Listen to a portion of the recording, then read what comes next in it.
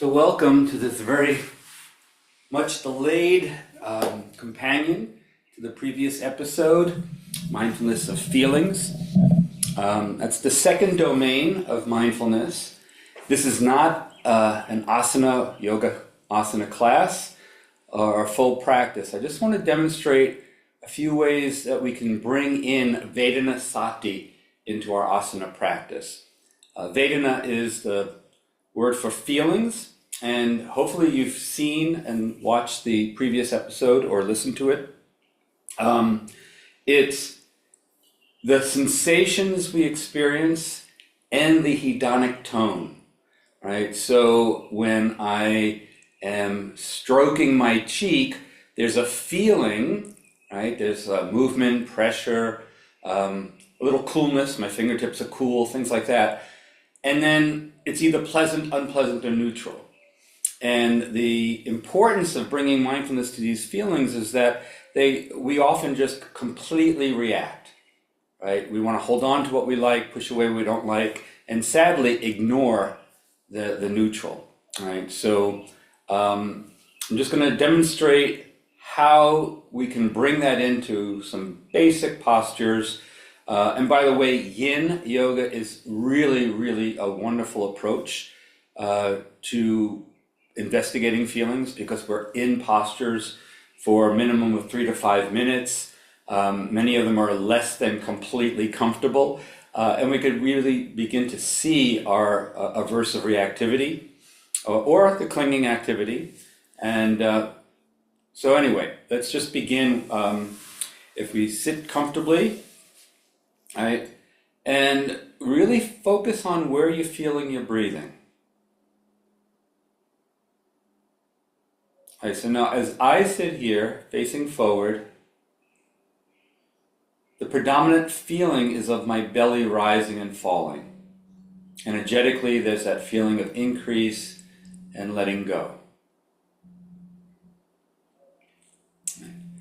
So now if I take my right hand behind me, draw the shoulder back, left hand to the right knee, as I exhale, I'm going to twist to the right, looking over my right shoulder, using my left hand, my right knee to deepen the twist. If I'm paying attention now, I notice that I'm feeling the breathing in a slightly different part of my torso. Less in the very center of my belly, and I'm feeling it a little bit more in the side body, especially the left ribs. So this points out that our posture will affect the experience of breathing, right? So we begin to see the relationship between body and feelings, right? The first and second domains. Now, on the exhalation, returning to the center, noticing the feelings, and you're probably like me, feeling one side feeling a little longer than the other, just real difference between one side and the other. And if we really pay attention, we begin to see how that difference in feeling may create an impulse in the mind to immediately want to go to the other side. Right? Sometimes in classes I've had people sit here and they express that they feel a little frustrated, they really want to go to the other side. And you may notice that the sensations change as we stay here. They get a little less intense. So instead of just reacting, we can now fully mindfully, with intention, twist to the left. Left hand behind, right hand to the left knee. Exhale, again, twisting to the left. And again, noticing this time that the posture, the body itself, feels different whether you're inhaling or exhaling. Right? The twist feels very different on the exhalation than it does on the inhalation. So this shows that the breath is a conditioner of the body. So the relationship goes both ways. The body conditions the breath, and breathing conditions the body. And once again, exhale back to center. And notice the vipaka. That's the fruit of the effects of what we're doing. Lingering sensations echoing in the body. And if you stay here, you begin to see that they will dissipate. So here, in just this simple twist, we see some of the core teachings of the Buddha. If it feels different whether you're inhaling or exhaling, right, we overlook the implications of that, right? We kind of essentialize or reify the experience. I remember once asking a student of mine who'd been practicing for over 30 years what they called downward facing dog 30 years ago, and she was like, downward facing dog. And I said, well, I guess nothing's changed. And she started laughing because everything's changed over 30 years. So what this is really showing us is the empty nature of phenomena, right? So many, sadly, a lot of teachers really make the sense of, or the teaching of emptiness into something very esoteric, when we really pay attention, it is our lived experience. There's no thingness.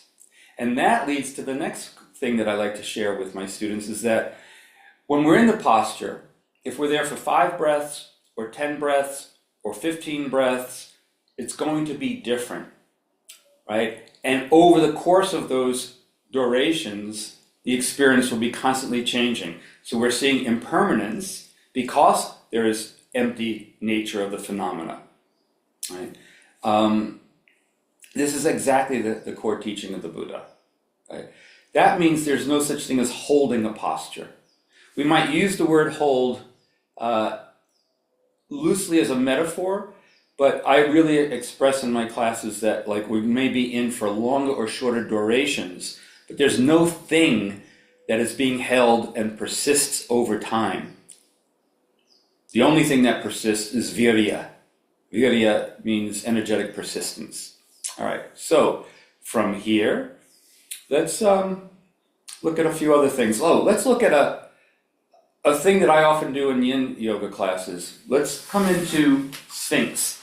So lie down on your belly, have your elbows straight down from your shoulders, and your forearms are parallel with each other. Right? So just hanging out here, it's a light back bend, compressing especially the lumbar. And as we breathe here, notice what sensations may arise. Now, it's going to be different for for everybody. Some people get into a posture like this and it's really intense right away because of soreness in the back. And that can either increase or decrease over time. Some people who are more flexible get into a minor basic back bend like this and not feeling much at all, but maybe over the course of 3 to 5 minutes, they start to feel a little bit more. Right. So just notice where you're feeling the sensations and how they feel. It's helpful to try and think of descriptive words. It could be dull or sharp. If it's sharp, you might want to ease out. And then there's the hedonic the sense, if it's pleasant or unpleasant or relatively neutral. As we've stayed here for a little while, you may have noticed that maybe it's gotten less intense. For some of you, maybe a little bit more. But let's now take the hands about 5 degrees away from each other and press into the hands, straightening the arms, coming into baby seal. So this is increasing the compression in the back.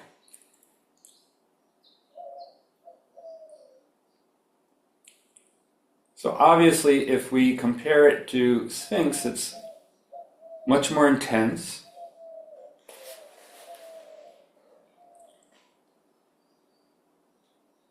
Now these domains aren't really hard and fast separate, right? Because obviously the body affects the sensations. The sensations change our experience of the body, posture and actions. But also it conditions the mind. Right? We might start telling ourselves stories. Our perceptions are affected and conditioned by the feelings in the body. The problem is, without mindfulness, we tend to think of the perceptions that we have as a form of gospel truth, failing to see that they are conditioned by other factors. So you can imagine if we stayed in seal here for about 2 or 3 minutes,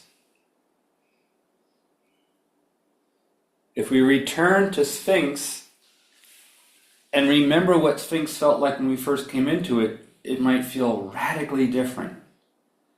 Right? Many of my students point out that like coming after baby seal, Sphinx feels like not much at all.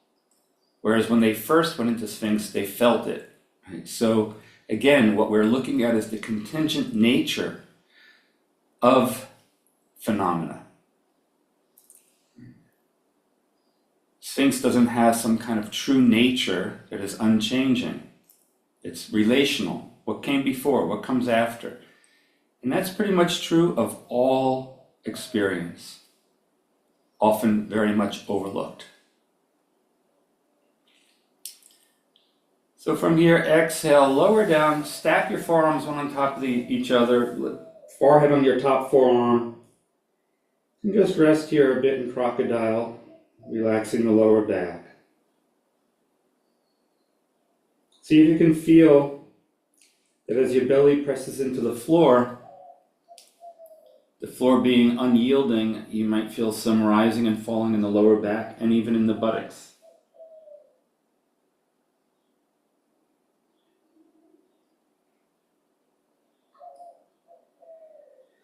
So let's come back up to sitting. I'm just going to use these 2 asanas to introduce some guide points for practicing Vedanasati in asana. Try to maintain as stable a breath as you can. Your breath is the anchor, and your focused attention is on the sensations in the body. Where do you feel them when you're in specific asanas? How do they feel? And you can kind of turn the light upon yourself and notice, is there a reaction? Right? It could be a tensing physically, or it could be a tensing psychologically, maybe even a storyline, a narrative. But begin to notice the aversive reactivity, the grasping reactivity. As I often point out too, this is very much pointing to a teaching of the Buddha on the 2 arrows, right? So let's say you get into a posture and there's some strong intensity. Right? It's not injurious. Don't ever put yourself into a situation where you're going to hurt yourself that way. But maybe, baby seal is a little uncomfortable. Notice what that feels like is the first arrow. It's uncomfortable. But your aversive reactivity is the second arrow. And if we can really shift our attention to the aversion, we may find that is as bad or sometimes even worse. Right? My favorite example about really being mindful of the aversive reactivity is being stuck in traffic. Right? No Pollyanna here, traffic sucks. No one wants to get stuck in traffic. So that's the first arrow. But traffic, right, doesn't raise your blood pressure.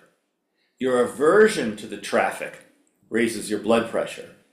And so through mindfulness practice, we can begin to see that we're doing that, right? It doesn't stop immediately, at least not in my experience.